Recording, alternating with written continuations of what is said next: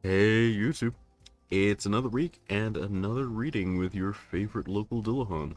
As always, if you enjoy hearing my words bring to you the lovely lore of the Encyclopedia Eorzea Volume 1, then feel free to subscribe, ring the bell down below for regular updates, these are done weekly after all, and maybe you'll even catch the stream live. Don't forget to leave a like, and if you have anything that piques your interest, feel free to mention it in the comments down below, I'd love to discuss.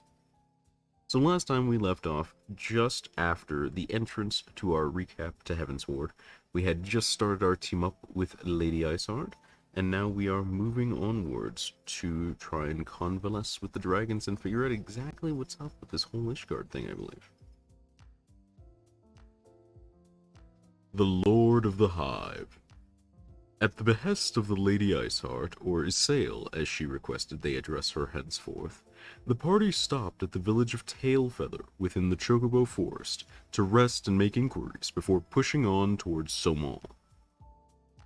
The village's leader, Marscham, told them of the beast tribe known as the Nath, and of their recent acts of unprovoked hostility.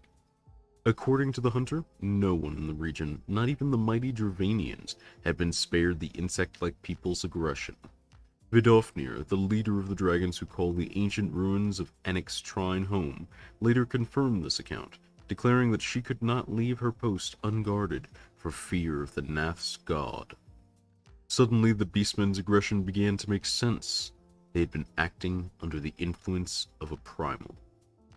Alphino understood that so long as the primal was permitted to remain, the way to Somal would remain closed, and so the Scion proposed that they deal with a threat to the Dravanians' territory in exchange for safe passage. The bargain was struck, and the party retraced their steps, returning to Tailfeather before then seeking the counsel of the Vath, a group of outcasts who lived apart from the main colony of Lost Asnath. The non-mind, as they called themselves, had been severed from the one mind, and thus were not party to their thoughts, nor were they loyal to their warlike god, Ravana. Ultimately, they could provide the party with little in the way of useful information as to how the primal might be engaged, save for an offhand suggestion that they offer themselves as sacrifices.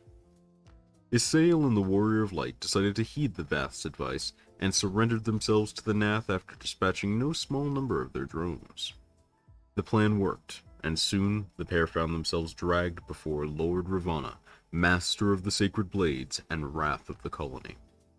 Seizing the opportunity, Isail boldly challenged him to a contest of might. Should the pair prevail, the Nath would cease hostilities with the Dravanians. But should Ravana emerge the victor, they would join his army as eternal thralls. Having goaded the primal into accepting her terms, Isail drew upon the energy of the Nath's hoarded crystals to transform herself into Saint Shiva. Even with Shiva's great strength, however, the heretic leader was no match for Ravana's flashing blades, leaving the Warrior of Light to take the field alone. After a long and furious battle, Lord Ravana at last laid down his weapons, defeated. He duly proclaimed the Warrior of Light the victor by sacred rite of combat, and vowed to call his followers back from the dragon's domain. Mountaintop Diplomacy. True to her word, Vidofnir opened the way to Somal, and at the end of the perilous mountain path, the Warrior of Light and his companions came to a domain where dragons and men had once lived in harmony, whose majesty no mortal eye had glimpsed for nigh on 1,000 years. Yet, in a strange twist of fate, they would first encounter none other than a Moogle, who fled upon spotting the unexpected travelers. Thanks to the diplomacy of Kane Sunna and the sight of her companion Kuplokop's familiar form, the Moogles of the Churning Mists were at last persuaded to reveal themselves.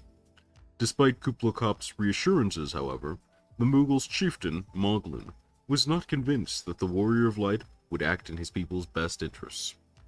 It was decreed that the party would undergo a number of trials that Moglin might judge them worthy of his assistance. In truth, however, they were nothing more than a convenient distraction, a means to keep the Warrior of Light and his companions occupied while the Moogles secretly repaired the horn required to summon Hraesvelgr. With the horn in their possession, the party departed for Zenith, and there, atop the ruins of the ancient palace, beckoned the great worm to parley. To their great relief, he answered the horn's call at once, but their hopes were soon dashed by the harsh words and the grim truth he rendered unto them that day. Heart of Ice. Hraesvelgr was displeased to find that his sanctuary had been invaded by the children of man, and he only grew further incensed when Eorzea proclaimed herself to be Shiva reborn. The worm angrily decreed that the spirit she had summoned belonged not to Shiva, but was a shade conjured by her own fancy, a deity of her own making, crafted with knowledge she had gleaned from her visions years ago. Shaken, but undeterred, Alphinaud implored Hraesvelgr to join his voice to theirs in a call for peace and forgiveness. But in response, the worm recounted the tale of his brood sister Ratatosk's murder and the treachery of King Thorin. In the 2 centuries of harmony that followed Saint Shiva's sacrifice, the Elezen learned that the eyes of the great worm were the wellspring of his strength. Out of the selfish desire to possess that strength, King Thorin and his leal knights lured Ratatoskr into an ambush and took from her that which they craved. They feasted upon her eyes in the manner of wild beasts, and in so doing gained strength beyond that of mortal men. Nidhogg was the first to learn of the atrocity, and he took to the skies hungry for vengeance. But though he slew Thorin and some few of his knights, their fellow butchers knew only too well where to aim their spears, and with now practiced savagery, they claimed his eyes and sent him flailing from the field. When pressed for evidence of his claims, Hraesvelgr observed that all of the traitor's progeny bore a trace of Ratatoskr's evidence, or essence, and but a single sip of dragon's blood was enough to awaken it. Those who abandoned their loyalties would be rewarded with a drink, and thus be transformed to join the ranks of Nidhogg's ever-growing army as newborn dragons. One by one, through death or defection, his brood brother would account for all of the betrayer's children. Though Hraesvelgr had revealed much that was hidden about Ishgard's bloody history, it did not to change the fact that the Warrior of Light and his companion's mission had ended in failure. With their hopes for peace shattered, it was time to consider more desperate measures. New winds, old friends. If Ishgard was to be spared, then Nidhogg must be slain. Such was the opinion of Estinian following the failed negotiations at Zenith. Though she could not condone their actions, Eorzea had not the strength of will to oppose them, and so the party left her and her shattered faith behind, continuing eastwards towards the Eyrie, the home of the dread worm.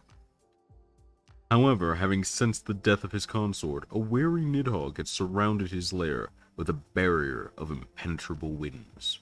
Gazing upon the scene, Alphinaud was reminded of how a similar barrier once barred their entrance to the primal Garuda's domain, until they had discovered means to penetrate with the aid of the engineer Cid Non-Garland. Leaving Estinian to stand watch over the Eyrie for a time, the Warrior of Light and Alphinaud returned to Ishgard, where they found Cid, and perhaps more importantly his 2 employees Biggs and Wedge, who had been hard at work at the Skysteel manufactory developing a diminutive airship known as a manicutter, which seemed an ideal means for surmounting the Eyrie's defenses.